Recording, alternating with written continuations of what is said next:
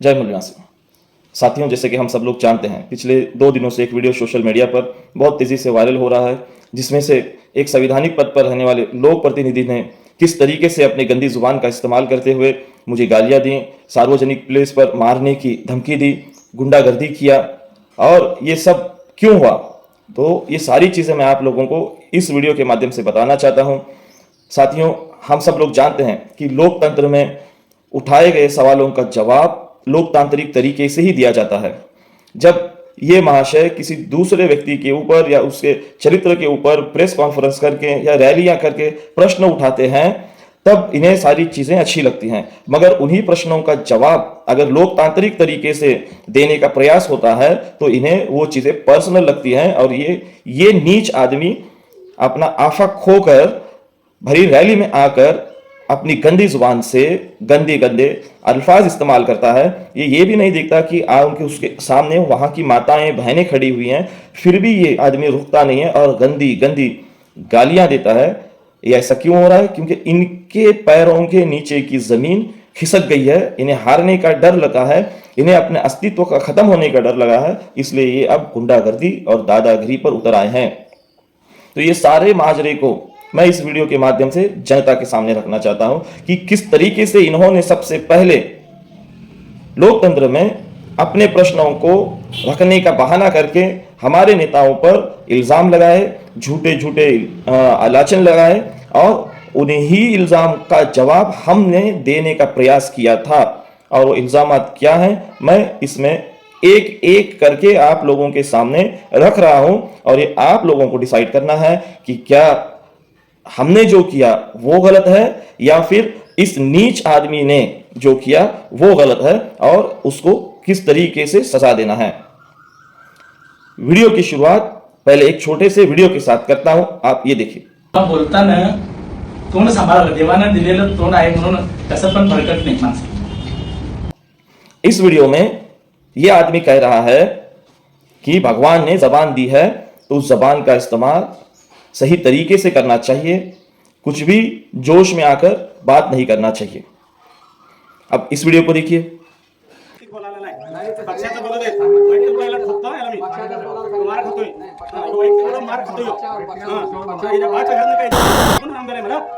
अब इस वीडियो में यह आदमी अभद्र भाषा का इस्तेमाल कर रहा है, एक संवैधानिक पद पर होते हुए, एक लोक प्रतिनिधि होते हुए सार्वजनिक जगह पर गंदी गंदी गालियां दे रहा है, मारने की धमकी दे रहा है। मतलब इस आदमी का कैरेक्टर हाथी की दांत की तरह है, दिखाने का और करने का और। जब इनसे प्रश्न पूछा जाता है तो ये दादागिरी करते हैं। हमने क्या प्रश्न पूछा था? हमने उन्हीं प्रश्नों का जवाब दिया जो तुमने हमसे पूछा था। और तुमने क्या पूछा था ये देखिए। पण आमदार व्हायला पाहिजे ना, त्यांनी आमदार होणार असेल तर मी गप्प बसतो, पण कसं आमदार होणार, कसं गणित जुळवणार हे मला सांगायला पाहिजे। ये कहते हैं माननीय काकासाहेब पाटील को, तुम्ही आमदार कसं होणार ते चौकटीमध्ये कसं होणार आम्हाला सांगा, तुम्ही आमदार कसं होणार हे आम्हाला सांगा। उसका जवाब मैं तुमको तुम्हारे वीडियो से दे रहा हूं, ये देखिए। देखील लोकांनी एक कार्यकर्ता म्हणून काम करणारा आणि त्यांच्या संघट एकनिष्ठते कार्यकर्त्यांमध्ये राहणारा म्हणून त्यावेळेला आम्हाला अपक्ष म्हणून उभारून त्यावेळेला निवडून आणले। इस वीडियो में कहते हैं कि ये 2001 में अपक्ष लड़कर लोगों के प्यार के साथ जीत कर आए।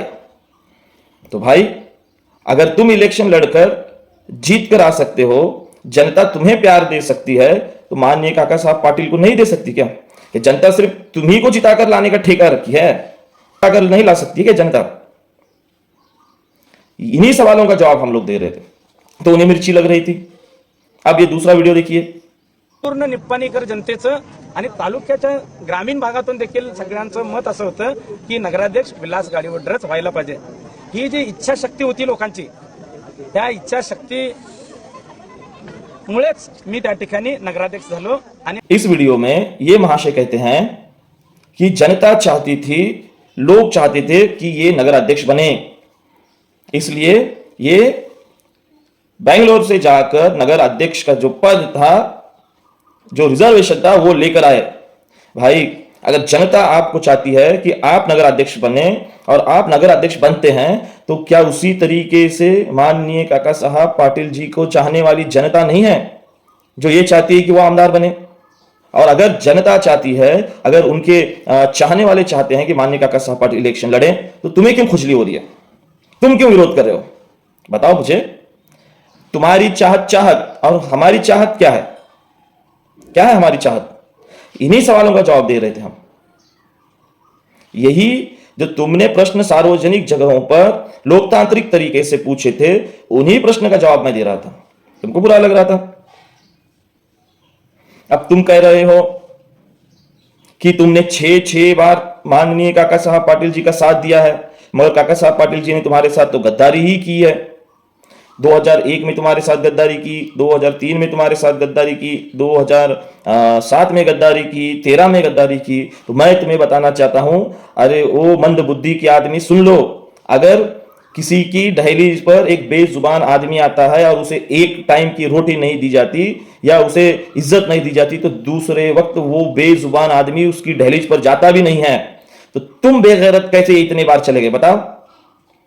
तुम्हारे स्वार्थ के लिए, जब तक तुम्हारा स्वार्थ था तब तक तुम माननीय काका साहब पाटिल जी के चरणों में पड़े रहे, और जब तुम्हारे पास ऑप्शन क्रिएट हो गया तो तुम आज उन्हीं से प्रश्न कर रहे हो कि उन्होंने तुम्हारे साथ गद्दारी की, उन्होंने तुम्हें धोखा दिया। हाँ, देखो, वीडियो देखो। आम्ही 6 निवडणूक काकासाहेब पाटलांच्या बरोबर एकनिष्ठता त्या ठिकाणी दाखवली, त्यांनी मात्र आमच्या बरोबर गद्दारीच केलेली आहे। 2001 ला मला विरोध केला, 2007 ला मला विरोध केला, 2013 ला मला विरोध केला, मग मला मदत कुठे केली त्यांनी? माझं मात्र उपकार त्यांच्यावर आहेत। अब इस वीडियो को देखो। त्यांनी मला सांगितलं की बाबा ह्या वेळेला आपण तुम्ही फार त्यांची सेवा केलाय, काकासाहेब पाटलांची तुम्ही सेवा फार केलाय, ते सेवेचं तुम्हाला फळ मिळालेलं नाही आहे, तुमच्याशी कायम त्यांनी गद्दारच वागल्यात, त्यामुळे तुम्ही आता तुमच्यामध्ये त्यांच्यात बदल घडत नसेल तर तुमच्यामध्ये बदल घडवा। इस वीडियो में कह रहे हैं कि इन्होंने माननीय काका साहब पाटिल जी की सेवा ही की है, मगर जनता ने कहा कि आपने बहुत सेवा की है मगर आपको उस सेवा का फल नहीं मिला है, इसलिए आपको काका साहब पाटिल को छोड़ देना चाहिए। फिर क्या करना चाहिए? छोड़कर ऐसे आदमी का साथ देना चाहिए जो आपका दाम लगा सके, दाम। अगर आपने काका साहब पाटिल जी की सेवा की है, तो मैं प्रश्न करना चाहता हूं उस जनता से जो कह रही है कि ये आदमी, ये जो घटिया सोच का आदमी है, इसको काका साहब पाटिल जी ने मदद नहीं की। तो तुम तो सेवक हो, सेवक का ऑफिस एसी और मालक का ऑफिस पत्रे का, ये कैसी सेवा है? क्या ये जनता को दिख नहीं रहा है? हाँ? सेवक के पास क्रशर्स बिजनेस, मालक के पास चाय पीने के लिए भी पैसा नहीं है। सेवक का 8 गुंठे में 2 करोड़ का बंगला, और मालक का? तो जो जनता तुम्हें पूछ रही है कि काका साहेब पाटिल ने आपका नुकसान किया, तो ये सारी चीजें कहां से आई, किसके जरिए आई, कहां पसीना बहाने गए थे भाई तुम? हमें भी बताओ, मैं भी पसीना बहा रहा हूं, साला 20,000 से ज्यादा पैसा नहीं मिल रहा है, और इतने करोड़ों के पैसे तुम्हारे पास कहां से आ रहे हैं? कौन सा अलादीन का चिराग तुम्हारे हाथ में लगा? बताओ, कौन सा अलादीन का चिराग तुम्हारे हाथ में लगा? इन्हीं सवालों का जवाब हम लोग दे रहे थे, तो आपको व्यक्तिगत लग रहा था, मगर जब आप कहते हैं काका साहब पाटिल फिजिकली फिट नहीं है, उनके पास चाय पीने के लिए पैसा नहीं है, तो क्या यह व्यक्तिगत आरोप नहीं है? जब आप कहते हैं कोगनोली का टैक्स नहीं दिया इसलिए हमको टिकट नहीं मिला, तो क्या यह व्यक्तिगत आरोप नहीं है? बताओ मुझे। जनता सब देखती है, अगर नहीं भी देखती है तो हम दिखाने का प्रयास करेंगे। हमारा काम जनता को जागरूक करना है। अब इस वीडियो को देखिए। कारण वार्ड नंबर 31 आणि 24 या 2 ठिकाणी मी निवडून आलेलो आहे, आणि 25 वर्ष या लोकांच्या मध्ये मी इकडे मिळून मिसळून असतोय। लोक आल्यात आणि फक्त या भागात आलोय असं काही नाही आहे। लोकांचं प्रेम, आणि हे जे प्रेम मिळाले हे आता मिळालेलं नाही आहे, गेले 25 वर्ष या लोकांच्या मध्ये मी इकडे मिळून मिसळून असतोय, अडी अडचणीला असतोय, दुःखाच्या वेळे असतोय, सुखाच्या वेळेला असतोय। इस वीडियो में क्या कह रहे हैं कि वार्ड नंबर 24 और 31 की जनता का और इनका बहुत गहरा रिलेशन है। कुछ भी सुख दुख होता है तो ये मिल बांट कर शेयर करते हैं। अब ये वीडियो को देखिए। मधनं बोलायला लागलोय 24 आणि 27 मधनं अजूनपर्यंत आमच्या गल्लीला कोणी फिरकून बघितलेलं नाही आहे. पाणीची समस्या मग गटारीची हे कुठलाही कोण आलेलं नाही आहे. एवढं वर्ष निवडून आलं तरी कोण ठोकून बघितलेलं पण नाही आहे. मी बोधनगर 24 नंबर वार्डमधून बोलत आहे. त्या 24 नंबर वार्डात कुठलीही सोय झालेली नाही. तरी रस्ते गटरी पाणी समस्या असं म्हणजे आमच्या युवक मित्र आहे त्यांचं काही. अब इस वीडियो में इसी वार्ड की महिलाएं आरोप लगा रही हैं कि जब से चुनाव होकर गए हैं वहां पर इस आदमी ने ढुक कर भी नहीं देखा है। मैं नहीं कह रहा हूं, आपके ही वार्ड के लोग कह रहे हैं, सुनिए ना। मतलब या तो तुम झूठे हो या तुम्हारी जनता झूठी है। अब ये फैसला कौन करेगा? ये जनता करेगी कौन झूठ बोल रहा है। बस यही चीजें हम लोग उस दिन लोकतांत्रिक तरीके से जनता के सामने रख रहे थे, मगर इस नीच आदमी को, इस करप्ट आदमी को बुरा लगा और ये आकर सार्वजनिक जगह पर मुझे अभद्र भाषा इस्तेमाल की। अगर मैं चाहता था तो यकीन मानिए इसकी हस्तियां मिटा सकता था मैं, हस्तियां, मगर मुझे लोकतंत्र में किसी मुझे पता है, इसलिए मैं खामोश रहा। खामोश रहा इसका मतलब हम कमजोर हैं या बुज़दिल नहीं है, याद रखना।